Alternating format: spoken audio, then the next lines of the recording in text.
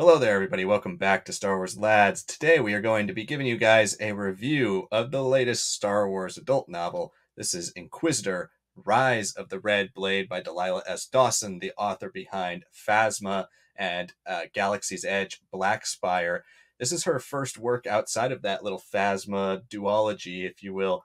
And we're going to dive into all of our thoughts on this novel. Before we do so, make sure you're hitting that like button, you're subscribed to the channel, and you're commenting below letting us know what you thought of this novel. We're going to dive in full non-spoilers here, so if you haven't read the book, this is your chance to just hear our thoughts, maybe make a decision of your own if you'd like to pick it up. We did listen to this book via audio review copy from Del Rey, so our perspective is coming from the audiobook, and we'll give you guys a bit of a review of the audiobook as well in case you're an audiobook reader on top of being a novel reader. So we're going to dive into the book right now. Let's start with the narrative, Sanak. Let me know, how did you like the narrative of Inquisitor, Rise of the Red Blade?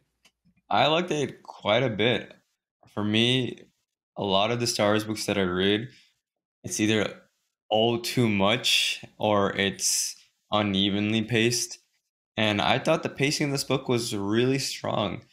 You understand why, it stretches the book feel long and empty and a little upsetting for our main character because quite literally they're stopped. They're at a Jedi temple on Coruscant being forced to teach younglings as a sort of quasi punishment.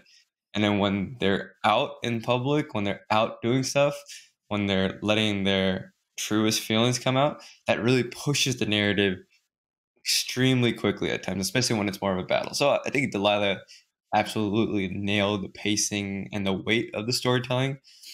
It's very interesting to start this pre Attack of the Clones. When this was announced, I was kind of expecting it to be more Revenge of the Sith, late Clone Wars at best, into Dark Times.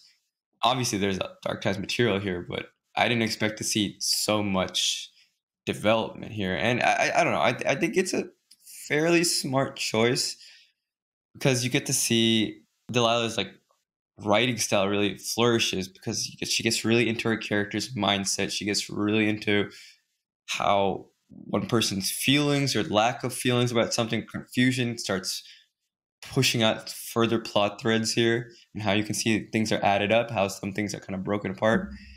Really appreciated that. It's a really fun story. Seeing it from pre Attack of the Clones and seeing every small nick, every triumph immediately cut off by the Jedi dogma by famous Jedi. That was very insightful.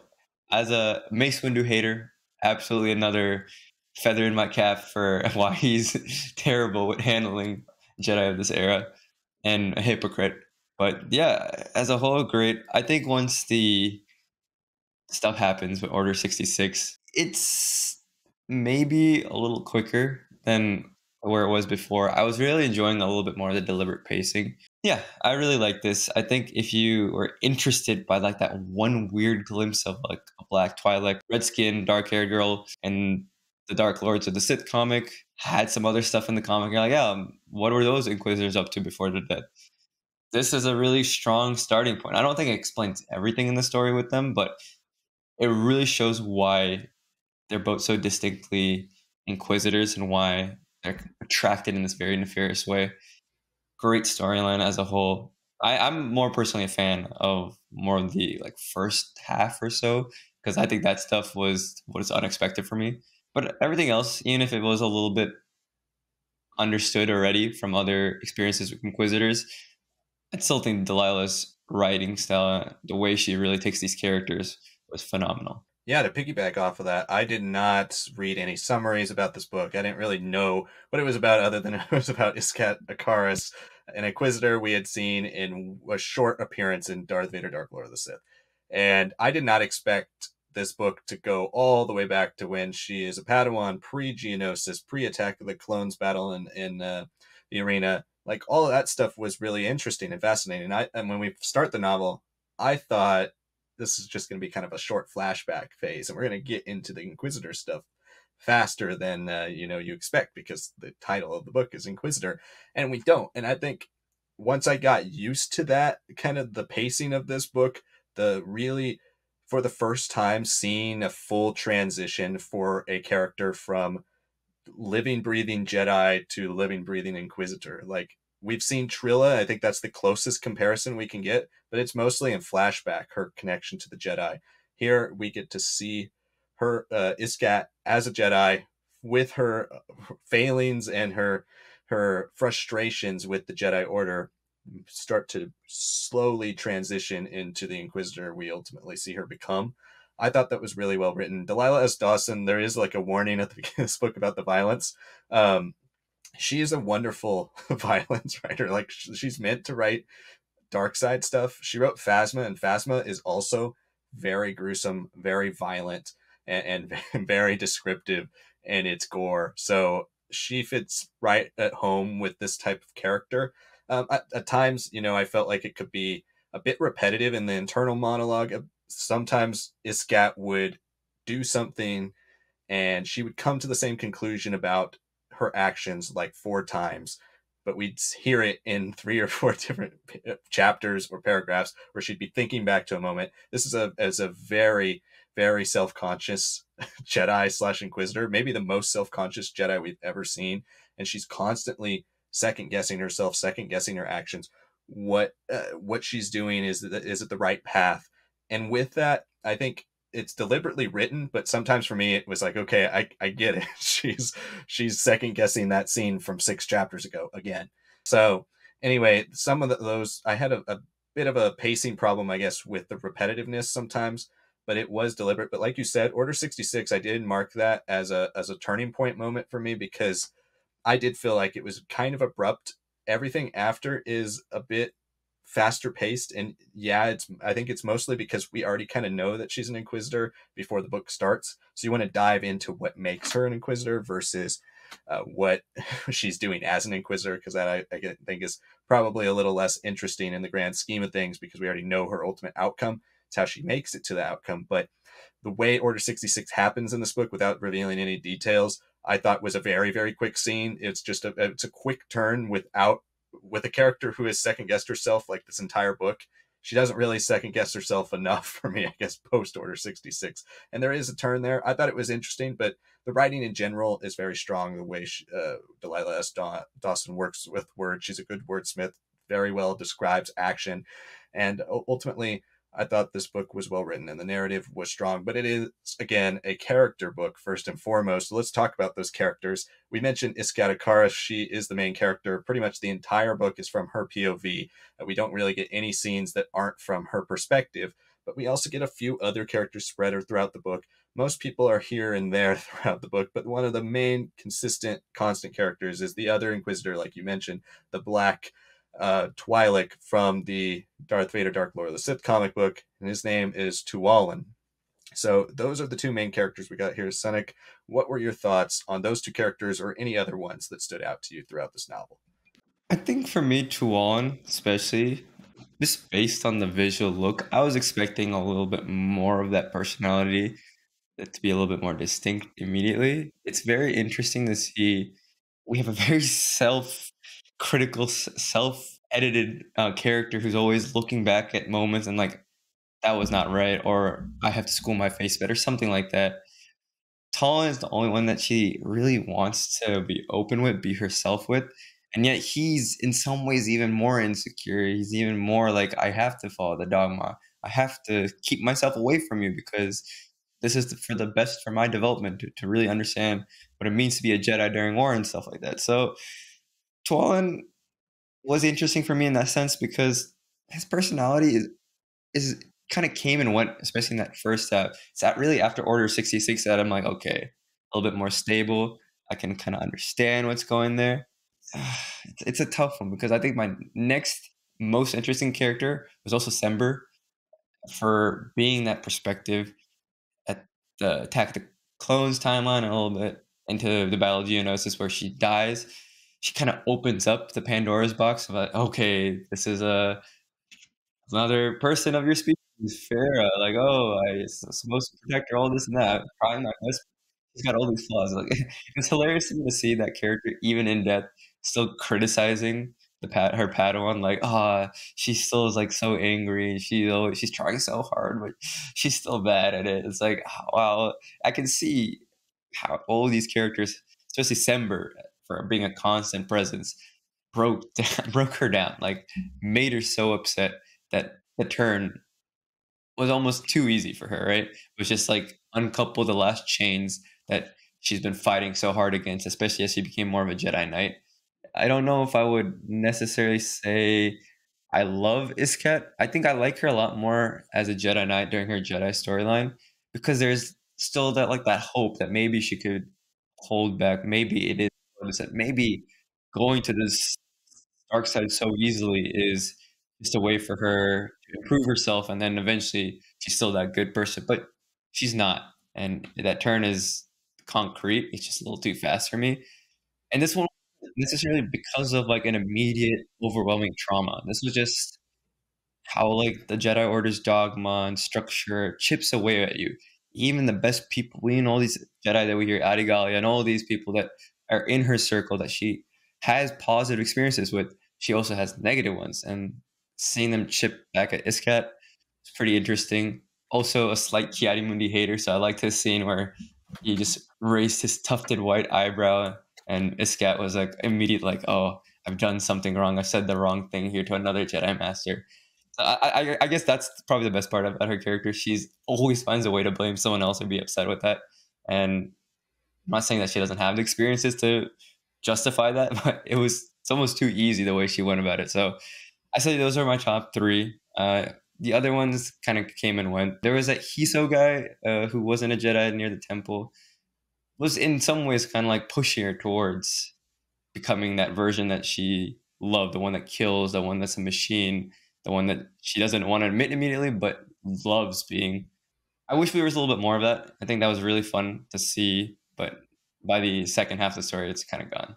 Yeah, it's got this is a really interesting novel in general, just because, and I'm trying to think in Star Wars canon, I can't really pinpoint more than two, three other Star Wars novels and canon, especially, that have been entirely from one character's perspective, and that is also a tribute to Delilah S. Dawson's writing, that she's able to convincingly portray it. But there's also like a frustrating push and pull here, which is definitely intentional, and I commend Delilah S. Dawson for doing this.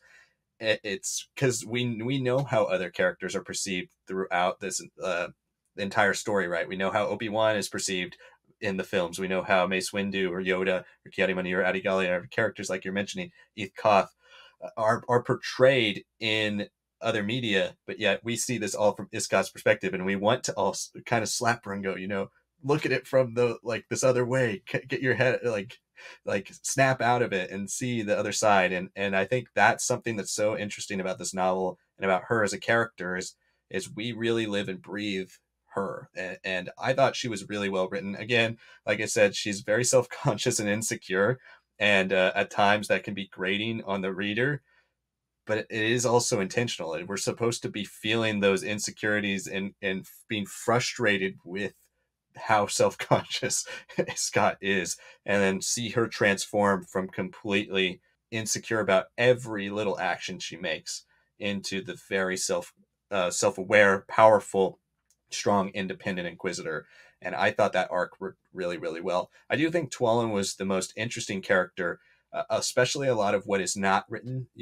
We get a lot of pull from him about these little cracks in his facade that he puts up, of being trying to be this perfect Jedi, of trying to shove away characters like Iskat or anybody else who might be detracting him from what he envisions is the perfect part of the Jedi dogma or the Jedi creed. Again, the problem with the dogmatic nature of the Jedi at this time, those expectations, the weight of all that, plus the war going on, I think you really feel it on Tuwalin almost more than any character in this book. And a lot of it is the caps in between times we see him.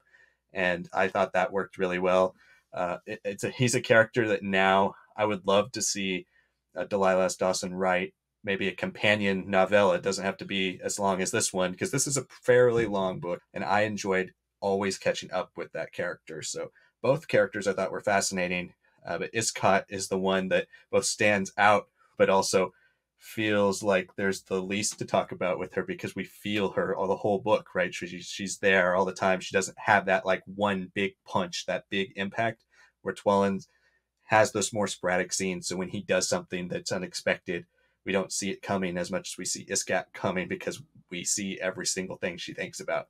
And so I thought both characters were really well written. Again, I think that is the strength of this novel is the writing. It's so strong in its writing. The pacing is the couple things I had a problem with. But let's get into our overall results here, Cynic. Give me a score out of 5 for Inquisitor Rise of the Red Blade. What were your final thoughts on this novel? I think I came in after, especially after last year's run of those three big novels from Del Rey. I was like, okay, this is not threading new ground. This is not filling in something that we haven't already filled in. It just felt like an obligation to bring the Inquisitors back to their original text form, which was these books, and having them be evolved so differently from then and then to now come back to that medium. I was like, yeah, sure, that's cool. It felt like an obligation by the end. But then when I actually got to sit down, listen to it, it was great. I think having not even mentioned it, just having every chapter start with a little minor key offbeat little sound effect really primed me too for the slow descent chipping away of Iskat's character. I thought as a whole, especially as an audiobook, the narrative was pretty strong. This being a female-led book, female narration with all these characters were quite strong. I did find her Yoda a little humorous though, not necessarily as gruff as I wanted it to be. My only thing is the pacing feels so deliberate and works with the character until the Order 66 turn, and that just feels like a snap. I was hoping that to be like another big explosive trauma on top of it, but that just kind of felt like, oh, I found the key to unlocking who I am instead of just once I come out of it, then I'm fully an Inquisitor. I'm fully changed and all that. And she doesn't really have that. So I think maybe that's my only real flaw of the story. But this is great. I think overall, I would give this a 3.75 out of 5. Similar thoughts for me. I thought this book was very surprising. I had no expectations for this. I think there were a lot of the non-High Republic books that were announced this year from Star Wars. I felt like at the beginning of the year I could kind of give or take them. Like there wasn't anything like last year, like you were mentioning, Brotherhood or Shadow of the Sith, that was just screaming out like I gotta read that. And with Inquisitor, I had a lot higher expectations than most of these non-High Republic releases because it was dark side related, and I always hope for good dark side stories. But we've seen so much Inquisitor stuff. I just felt like it was going to be a run of the mill traditional Inquisitor story, and I should have guessed that with Delilah S. Dawson we were going to get something very brutal and very very intriguing. I thought this book was borderline great. There were again a couple pacing problems. I think I would have lengthened out the third act or the third part. This book is divided into 3 parts. I would have stretched it out a bit more and really gotten under the skin of the title Inquisitor. I think we get the Rise of the Red Blade part, but the Inquisitor part could be developed a bit more. I won't spoil what the epilogue is, but that just felt kind of sudden with the ending of the novel. I feel like you could have left that out, and it could have just been something we touched on here in the future, and maybe an extra spin-off thing that I don't know if it quite goes with the way the rest of the novel ends. Those were my 2 biggest criticisms.